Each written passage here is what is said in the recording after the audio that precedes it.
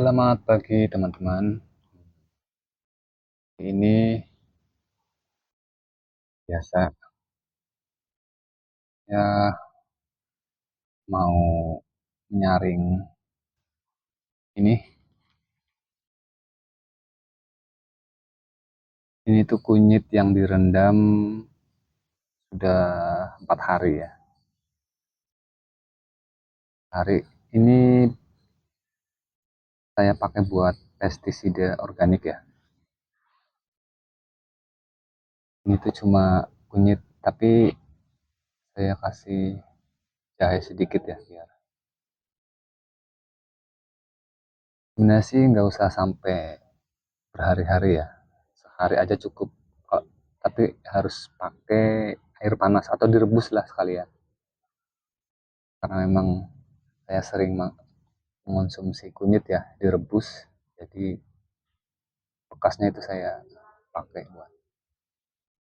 Dan si bekas ininya nih, rendamannya ya nanti bisa juga buat apa, kesuburan tanah, buat pupuk organik ya. Nanti ini disaring, dicampur biasanya sih kalau untuk apa ya namanya ya, perekatnya ya, bisa pakai lidah buaya ataupun dicampur sama tuh, apa namanya, daun mimba. Biasanya sih di online banyak ya yang udah cair biasanya. Kalau saya sih pakai lidah buaya ya, karena lidah buaya juga banyak itu, jadi pakai. Jadi ini tuh bisa buat pestisida organik ya, mengandung senyawa antibakterial, terus antioksidan dan hepatotoksik. Terus ampasnya juga bisa buat suburan tanah ya teman-teman. Sama mengobati apa namanya, luka pada ini ya, pada tanaman ya.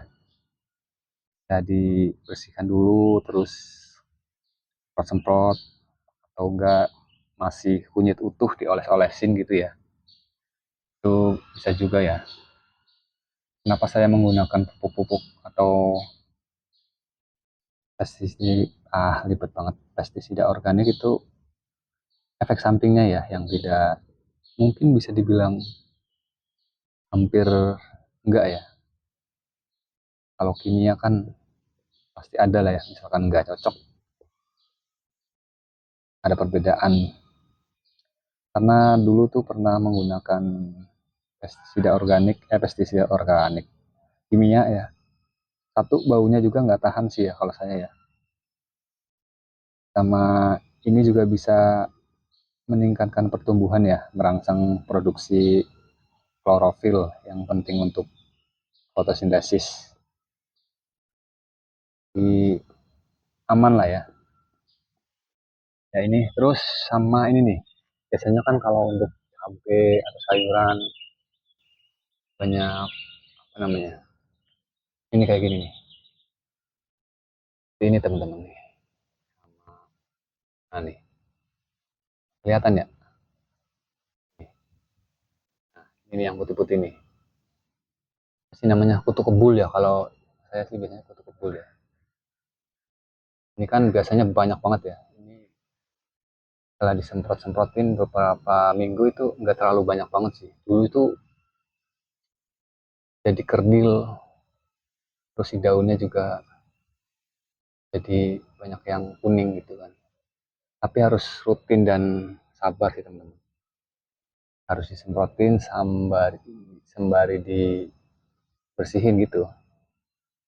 Tapi kalau untuk skala besar itu mungkin beda cerita ya.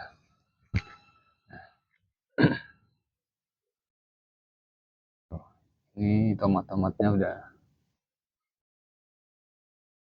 banyak ya teman. Sebenarnya ada banyak teman-teman. Di sini tuh, oh, yang kecil masih satu. Nih, buat sebenarnya dari dulu itu udah banyak nih. dari kecil-kecil banyak. Cuman karena dulu tuh ada kelinci yang emang diliarin ya, jadi udah jadi korban. Ini pun kalau kelincinya masih diliarin nih, habis. Jadi ya ini untung masih bertahan sampai buah banyak. Ya. Jadi kalau saya itu suka eksperimen ya teman-teman ya. Bahan-bahan apa aja yang bisa dibikin pestisida itu saya coba gitu ya. Kayak bahan-bahan dapur misalnya. Jadi tapi ya tetap kita harus tahu kandungannya dulu teman-teman. Kita cari tahu kandungannya apa, dosisnya seberapa gitu kan. Jadi nggak asal gitu kan. Hmm.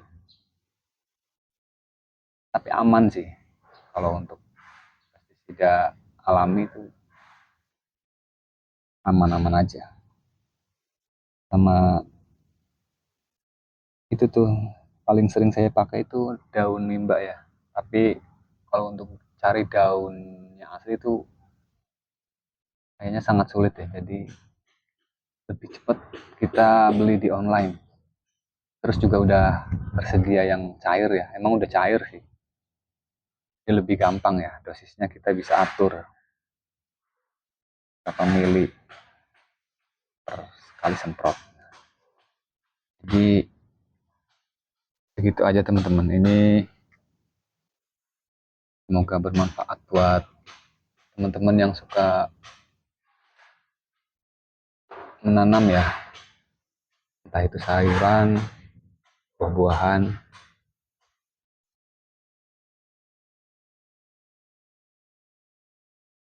Oke, terima kasih teman-teman.